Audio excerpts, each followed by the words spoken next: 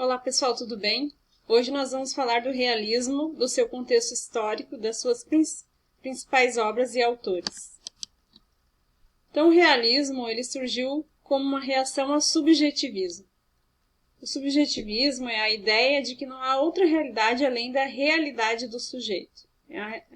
Há uma realidade única. Ao individualismo e ao romantismo. Então o realismo ele surgiu como uma reação ao romantismo. Tá? O realismo ele trata como uma questão mais objetiva e no realismo ele é mais do subjetivismo, do imaginário. Tá? Então o realismo não tem essa questão de imaginário como tinha no romantismo. No realismo a verdade é dita nua e crua. Então ele surgiu com a intenção de fazer da arte uma representação fidedigna e verossímil da realidade. Escritores, pintores, escultores, músicos e dramaturgos privilegiaram a objetividade em suas obras, atentos à veracidade das situações cotidianas. Então a observação, de como ocorriam os fatos. Os realistas procuravam retratar o homem e a sociedade a partir da observação do ambiente, dos costumes, das atitudes, dos comportamentos, buscando as causas dos fatos e fenômenos que abordam. Então, os realistas eles observavam principalmente a sociedade, sobre os seus costumes, sobre o que era privilegiado na época, toda essa questão ali das atitudes, do ambiente das pessoas, como elas se posicionavam. No Brasil, o realismo surgiu em 1881 com a publicação da obra Memórias Póstumas de Brás Cubas, do nosso famoso autor aí, Machado de Assis, e de O Mulato, de Aloysio Azevedo. Na obra Memórias Póstumas de Brás Cubas, o autor faz uma crítica à sociedade e utiliza uma linguagem irônica para relatar os fatos. Bom, pessoal, falando um pouquinho dessa obra, começa então pela narração do personagem como um defunto autor, Então, ele narra primeiro o seu velório até o seu nascimento. E dentro dessa obra, Machado de Assis, ele faz uma crítica à sociedade. Então, o personagem Brás Cubas é um burguês, um burguês autor, vem de uma família rica, ele não tem muito sucesso nos seus negócios, nem na sua vida amorosa. Também tem a questão financeira que prevalece bastante, tem a questão dos interesses, dos bens, toda aquela questão.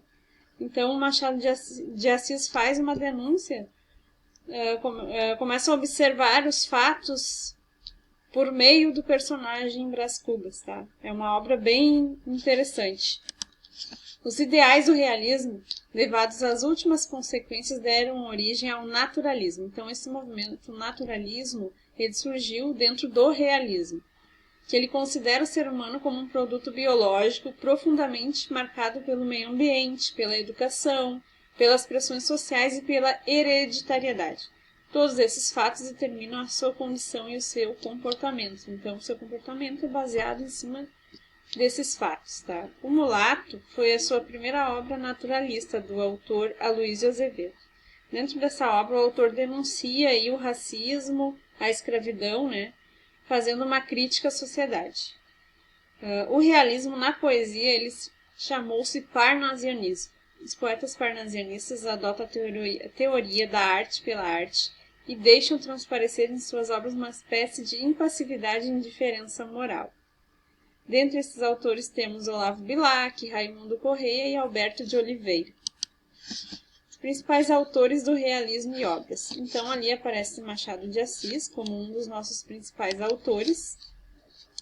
As suas obras Ressurreição, A Mão e a Luva, Helena, Iaiá, Memórias Póstumas de Brás Cubas, que deu origem ao realismo. Quincas Borba, Dom Casmurro, uma obra bem famosa, onde ele trata lá da questão do adultério, se houve adultério ou não, da relação entre Capitu e Bentinho. Esaú e Jacó, Memorial de Aires, também teve destaque em seus contos, poesias, teatro e crítica. Teve uma manifestação no teatro. Tá? Raul Pompeia, as obras O Ateneu, A Mão, de Luiz Gama, As Joias do Coroa, Uma Tragédia no Amazonas, Canções Sem Metro e Poemas em Prosa. Aloysio Azevedo com as obras O Mulato, surgindo aí a primeira obra do naturalismo, Casa de Pensão, O Cortiço, O Coruja e O Homem. Algumas características, então, do realismo. A valorização da objetividade, tá? Como nós vimos anteriormente, tudo era mais objetivo nos fatos, né? Então, deixando a subjetividade de lado, que pertencia ao romantismo, a impessoalidade, apagamento das ideias do autor, tá? Descrição de tipos sociais ou situações típicas, condições da sociedade da época.